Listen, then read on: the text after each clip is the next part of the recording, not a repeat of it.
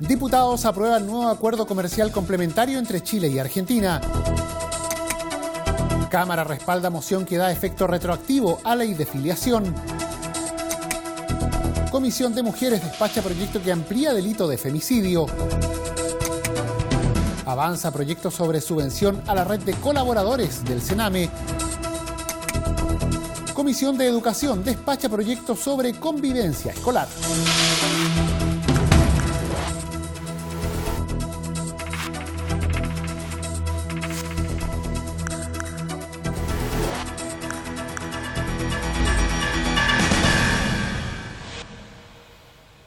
¿Cómo están? Los saludamos. Sean bienvenidos a una nueva edición de Frecuencia Legislativa. Nos reunimos para revisar las informaciones más relevantes de las últimas horas ocurridas aquí en la Cámara de Diputados. Hoy partimos contándoles que los parlamentarios, los diputados en específico, aprobaron un nuevo acuerdo comercial complementario entre Chile y Argentina. El convenio se incluye en un protocolo adicional al acuerdo de complementación económica celebrado con los estados parte del Mercosur, suscrito en enero de 2018. En condiciones de pasar al Senado a su segundo trámite legislativo, quedó el proyecto que ratifica un nuevo acuerdo comercial complementario entre Chile y Argentina, luego que la Cámara de Diputados diera su aprobación por 73 votos afirmativos, 24 negativos y 14 abstenciones. El convenio, firmado en Buenos Aires el 2 de noviembre de 2017, se adscribe, a su vez, en un protocolo adicional al acuerdo de complementación económica celebrado con los estados parte del Mercosur, texto suscrito el 4 de enero de 2018 en Montevideo. El texto fue objeto de un amplio debate que contó con un importante número de legisladores a favor de este nuevo paso de integración comercial con Argentina, pero también con detractores. En este último grupo estuvo la presidenta de la Comisión de Agricultura, diputada Alejandra Sepúlveda, quien llamó a evaluar el impacto de los acuerdos suscritos por Chile, particularmente a la luz de la seguridad agroalimentaria y los pequeños productores. Además, criticó la falta de acondicionamiento que el país presenta para hacer frente a estas materias. Lo que se propone, ¿no es cierto?, es liberalizar aún más el comercio entre Chile y Argentina, pero no existen las condiciones, por ejemplo, desde el punto de vista de aduana y las condiciones para que pueda ejercer su función de fiscalización, como también lo que tiene que ver con el SAC. Recordar solo que el aumento presupuestario para el SAC es del 0,01, con todas las dificultades que tiene para la fiscalización en frontera, pero además para el Ministerio de Agricultura solo el 0,6%. Entonces uno dice, se quiere liberalizar aún más con Argentina o con otros países, pero el país no está preparado, Chile no está preparado, ¿no es cierto?, institucionalmente, tanto aduana como a través del Ministerio de Agricultura, para fiscalizar y proteger lo más importante que tenemos, ¿no es cierto?, que es el resguardo fito y zoosanitario del país. Para el diputado Jaime Naranjo, partidario del proyecto, el punto pasa por actualizar al siglo XXI términos y condiciones que se fijaron en un contexto y épocas diferentes, además de la necesidad de incorporar nuevas materias que hoy son de relevancia para las partes. Ha cambiado la tecnología, el papel de la mujer pasó a ser determinante en las sociedades hoy día en cualquier país y por consiguiente ese tipo de cosas tienen que ser incorporadas en materia de barreras sanitarias, por decirle otra materia. En fin, creo que no confundamos las cosas. Con esta aprobación que estamos haciendo, lo que estamos haciendo en hechos muy concretos es mejorando, modernizando y adecuándolo a la nueva realidad internacional y comercial del mundo, el tratado que firmamos anteriormente con Argentina y con los países del Mercosur. Pero esto no va a variar, ni va a modificar los aranceles, que es lo que muchas veces preocupa principalmente a algunos sectores productivos. Efectivamente, el acuerdo comercial aprobado tiene como propósito ampliar y modernizar los instrumentos jurídicos vigentes en materias tales como inversiones, servicios, telecomunicaciones y comercio electrónico. Asimismo, incorpora capítulos de obstáculos técnicos al comercio y medidas sanitarias y fitosanitarias. Introduce normas para facilitar el comercio en materia de procedimientos aduaneros y nuevas disciplinas como las del medio ambiente, género y micro, pequeñas y medianas empresas. La unanimidad de 113 parlamentarios permitió aprobar y remitir al Senado a segundo trámite la moción que permite dar por determinada la filiación de las personas que bajo la ley anterior no la tenían, pero que sí cumplen con los requisitos actualmente vigentes. Aunque tuvo una difícil tramitación, la denominada Ley de Filiación fue la consecuencia lógica de una evolución legislativa que comenzó tímidamente a principios del siglo XX. Recién en 1935, la Ley 5.750 permitió investigar la paternidad, pero solo para demandar alimentos. Casi 20 años después, la Ley 10.271 de 1952 flexibilizó las formalidades para reconocer hijos y amplió los efectos de la investigación de la paternidad a la sucesión del pretendido padre. Pero no fue hasta la promulgación de la Ley 19.585 que se logró la esperada igualdad entre los hijos. De este modo, hoy ya no se habla de hijos legítimos, ilegítimos o naturales. A pesar del avance, se han presentado inconvenientes prácticos en la aplicación de la normativa, específicamente en relación con la filiación y estado civil de aquellas personas nacidas con anterioridad, aspectos que detalló el diputado Luciano Cruzcoque. A aquellas personas nacidas antes de 1952, cuando se produce la primera ley de filiación propiamente tal, hubo personas que al sus padres no haberlos reconocido, o al haberlos reconocido tardíamente, ellos debían hacer un trámite de inscripción en escritura pública, no solamente de en que firmaban los padres que lo habían reconocido, sino que ellos también firmaban en una subinscripción en la escritura que habían sido efectivamente reconocidos. Todo esto se supone que quedó eliminado con la ley del 2008, en donde se eliminó la distinción arbitraria de hijos legítimos e ilegítimos. Sin embargo, a estas personas que nacieron antes de 1952, cuando fueron a reclamar sus herencias, los tribunales les dijeron: oiga, ¿sabe qué? Usted no está reconocido por la ley, no se cumplió con el trámite de inscripción en escritura pública. Y ellos dijeron: pero ¿cómo si hay una ley posterior? Y ellos quedaron lamentablemente fuera de la ley, e incluso las herencias de muchos quedaron yacentes, y al quedar yacentes, el Estado se hizo de las herencias que legítimamente les correspondían. En ese marco, el legislador, junto a sus colegas de la bancada de Evópolis, Sebastián Álvarez, Pablo Cast, Andrés Molina y Francisco Undurraga, presentaron una moción que define que las personas respecto de las cuales, con anterioridad a la entrada en vigencia de la ley de filiación, se haya dejado constancia de la identidad de su padre, madre o ambos, mediante requerimiento o declaración realizada ante un oficial del registro civil, se entenderán como legalmente reconocidas. Lo que hace este proyecto en la práctica es eliminar esa discriminación. Hoy día esas personas van a quedar con la posibilidad de reclamar legítimamente lo que les corresponde, y me parece que a 20 años de la ley de filiación, que eliminó las distinciones entre hijos legítimos e ilegítimos, es un bonito homenaje que esta Cámara lo haya aprobado y con unanimidad, así que ahora va al Senado y espero que los senadores tengan a bien aprobarlo también. En suma, esta norma soluciona las dificultades, en muchos casos producto de desconocimiento, de quienes creían que por figurar el nombre del padre en su certificado de nacimiento eran hijos naturales sin serlo jurídicamente. La Comisión de Mujeres y Equidad de Género despachó el proyecto que amplía el delito de femicidio, incorporando también las relaciones de pololeo. Además, se modificaron atenuantes o agravantes que se fundamentaban en prácticas machistas. Por unanimidad fue aprobado en la Comisión de Mujeres y Equidad de Género el proyecto que amplía el concepto de femicidio, precisando que también incluirá un crimen motivado solo por la condición de mujer de la víctima. El proyecto, promovido por un grupo de diputadas y diputados, nace a raíz del crimen de Gabriela Alcaíno, joven de 17 años que fue asesinada junto a su madre por su expololo. Este crimen no se reconoció penalmente como un femicidio. La familia de las víctimas se movilizó para cambiar esta realidad. Así lo explicó una de las autoras de la moción, la diputada Carol Cariola. Poner el caso de un familiar a disposición de desarrollar una política pública de un país, incentivarlo, motivarlo, buscar parlamentarios para que lo llevaran a cabo, realmente es una expresión de tremenda valentía y de finalmente la solidaridad que ha tenido esta familia para con las mujeres. Tal como lo ha dicho Fabián, hemos hecho esta ley para que ninguna familia tenga que volver a vivir lo que a ellos les ha tocado vivir, esta sensación de impunidad.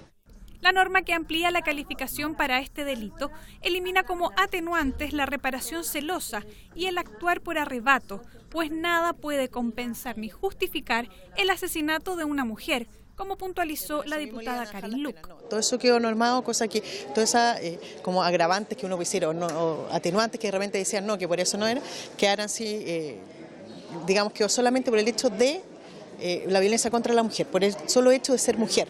Más allá de que sea por celo, no celo, para que la gente pueda decir, no, por celo lo mató, entonces le vamos a bajar las penas. No existe ya eso.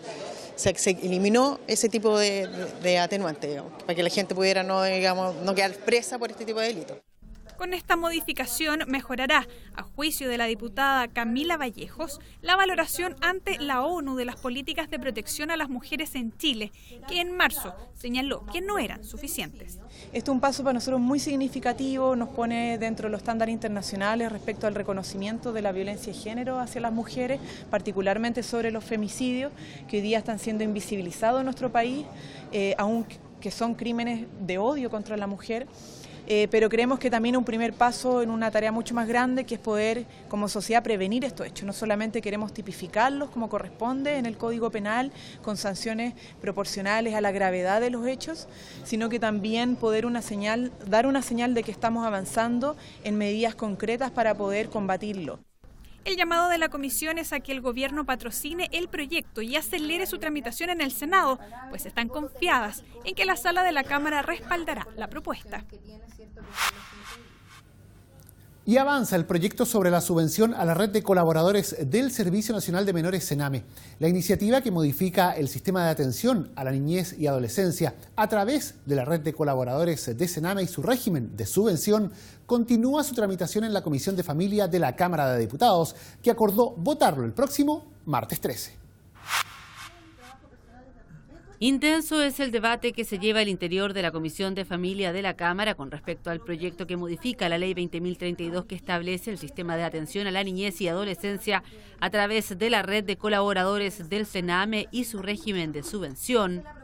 En su última jornada de trabajo, los parlamentarios debatieron en torno a una serie de indicaciones presentadas al proyecto de ley que ya fue analizado por la Comisión de Constitución, tal como explicó la presidenta de la Comisión de Familia, Natalia Castillo. Y las principales modificaciones que se hicieron hoy día tienen que ver con la publicidad de la información que contienen tanto en las páginas web como en los registros de transparencia del Sename, de los organismos colaboradores y también de las normas de fiscalización. Esas son las incorporaciones que se le han hecho hoy día mediante las indicaciones. El proyecto está ya pronto a ser despachado y luego a ser votado primero en la Comisión de Hacienda y luego en la sala. Por su parte, el diputado Leonidas Romero lamentó que el proyecto no hubiese sido votado en la jornada de trabajo de este jueves. Hoy día podríamos haber terminado la discusión, pero la verdad es que nos vamos en discusiones bastante estériles, redundantes, y lo dejamos para el martes. Yo espero que la próxima semana, el martes en la mañana, Dios mediante, logremos terminar la discusión y despachar el proyecto que inicialmente estaba acordado que fuera despachado ayer. Yo quiero hacer un llamado a mis colegas de la comisión. Yo estoy reemplazando a Cristóbal Urrestocochea. Me he ido empapando del tema, pero repito, aquí los egos, los intereses priman más que llegar a un feliz término y poner a los niños en primera fila. El texto legal tiene como fin aumentar la subvención base que reciben las instituciones colaboradoras del Sename que ejecutan la línea de acción de los centros residenciales. Se agregan como principios de acción del servicio y sus colaboradores acreditados la administración transparente, eficiente, eficaz e idónea de los recursos fiscales que conforman la subvención. También se incorporan los criterios de evaluación de los convenios que suscriban. Se faculta al Sename para que, frente al incumplimiento de las obligaciones contenidas en los convenios, pueda emitir instrucciones a fin de que los colaboradores las ejecuten en el plazo que fije el servicio, entre otros. Y la Comisión de Educación despachó el proyecto sobre convivencia escolar. La iniciativa, nombrada inicialmente como Aula Segura, fue remitida a la sala de la Cámara de Diputados, donde se discutirá el próximo lunes 12. Tras un intenso debate condicionado por la urgencia asignada al texto legal por parte del Ejecutivo, la Comisión de Educación aprobó y despachó el proyecto sobre convivencia escolar. La iniciativa, denominada inicialmente como Aula Segura, hoy renombrada como Aula Democrática, busca fortalecer las facultades de los directores de establecimientos educacionales frente a hechos de violencia graves cometidos por integrantes de la comunidad escolar. La norma fue ratificada por la instancia en los mismos términos en que salió del Senado hace 2 semanas, tras el acuerdo político alcanzado en esa rama del Congreso entre el gobierno y los legisladores. Dicho acuerdo prevaleció sobre las indicaciones ingresadas al interior de la comisión por parte de los diputados opositores, las cuales buscaban, en términos generales, establecer medidas alternativas a la expulsión, hecho que generó la molestia de los parlamentarios Cristina Girardi, Camila Vallejo y Gonzalo Vinter. La violencia es un problema complejo, es un problema sistémico, ¿ya? Y para abordar los problemas sistémicos hay que tener soluciones sistémicas, no aisladas. ¿Ya? Y lo que propone este proyecto de ley es una medida absolutamente aislada que no va a tener un impacto en resolver los problemas de violencia. El Ejecutivo no recogió absolutamente nada, dimos un largo debate escuchando a expertos de distintos sectores, a miembros de la comunidad, incluso hasta directores de la Municipalidad de Santiago. Y todas las propuestas que hicimos iban en la línea de las recomendaciones que nos hicieron, pero nada de eso fue recogido ni escuchado por parte de este gobierno. Y el proyecto cuando entró era muy malo, del Senado salió malo y de aquí salió igual. Lo segundo es que aquí voluntad de legislar y de diálogo democrático no hay ninguna.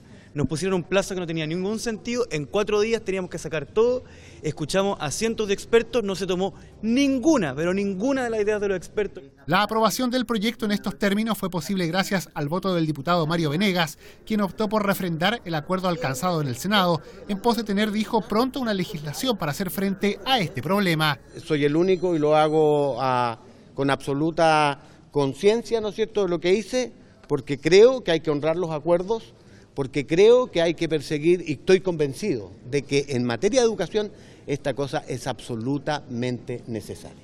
En el oficialismo se destacó el resultado de la votación, tal como lo expresaron la ministra Marcela Cubillos y los diputados Luis Pardo y Jaime Belolio. Cada uno vota en conciencia, después del estudio de los proyectos, de las discusiones que se da, y creo que se ha hecho a lo largo de la discusión en la Comisión de Educación de la Cámara un debate con mucho respeto, en que cada parlamentario en definitiva emite sus votos, y en eso consiste el ejercicio democrático que se realiza al interior del Congreso para aprobar o rechazar una ley. Por tanto, el Gobierno como los diputados de Chile Vamos hemos respetado y apoyado el acuerdo que se logró en el Senado. Es cierto que hubo indicaciones que discutimos y analizamos en su mérito, pero en la medida que esas indicaciones contravenían lo acordado en el Senado, las desechamos y felizmente obtuvimos el voto que ustedes hoy día conocen y que nos va a permitir tener la ley de aula segura probablemente terminada su tramitación la próxima semana. Por supuesto que es importante respetar el acuerdo del Senado para darle viabilidad al proyecto y no que tuviese un tercer trámite y posiblemente una comisión mixta. Y obviamente que nosotros analizamos las indicaciones en su justa medida. Y de hecho yo argumenté en las mismas. O sea, no es que esto fue una especie como de buzón, de mirarla y decir, mire, cualquier indicación la votamos en contra. No, las analizamos, vimos cuáles eran los argumentos, algunos eran muy pertinentes y nos pareció que ya estaban incorporados de distintas maneras, ya sea en la ley o en el mismo proyecto que hoy día votamos a favor. El texto busca salvaguardar el debido proceso para el estudiante en caso de ser expulsado, previo a lo cual el director del establecimiento deberá iniciar procesos sancionatorios que acrediten el registro de conductas graves o gravísimas según los reglamentos internos. Estas conductas pueden ir desde las agresiones o abusos entre miembros de la comunidad escolar hasta hechos de violencia extrema, como el porte de armas o la tenencia y uso de bombas Molotov. El director también tendrá la facultad de suspender como medida cautelar mientras dure este proceso sancionatorio, que puede derivar en la citada expulsión o bien la cancelación de la matrícula, para lo cual debe cumplirse un periodo de 10 días de investigación, fijándose además 5 días posteriores para la apelación del estudiante sancionado. La iniciativa será votada en la sala de la Cámara el próximo lunes 12 de noviembre en una sesión especial legislativa a contar de las 17 horas. Y de esta forma llegamos al final de la presente edición de Frecuencia Legislativa. Agradecemos su sintonía y les recordamos que todas estas informaciones están disponibles en nuestra multiplataforma a través del www.cámara.cl. Muchas gracias por habernos acompañado. Siga junto a Cámara de Diputados Televisión.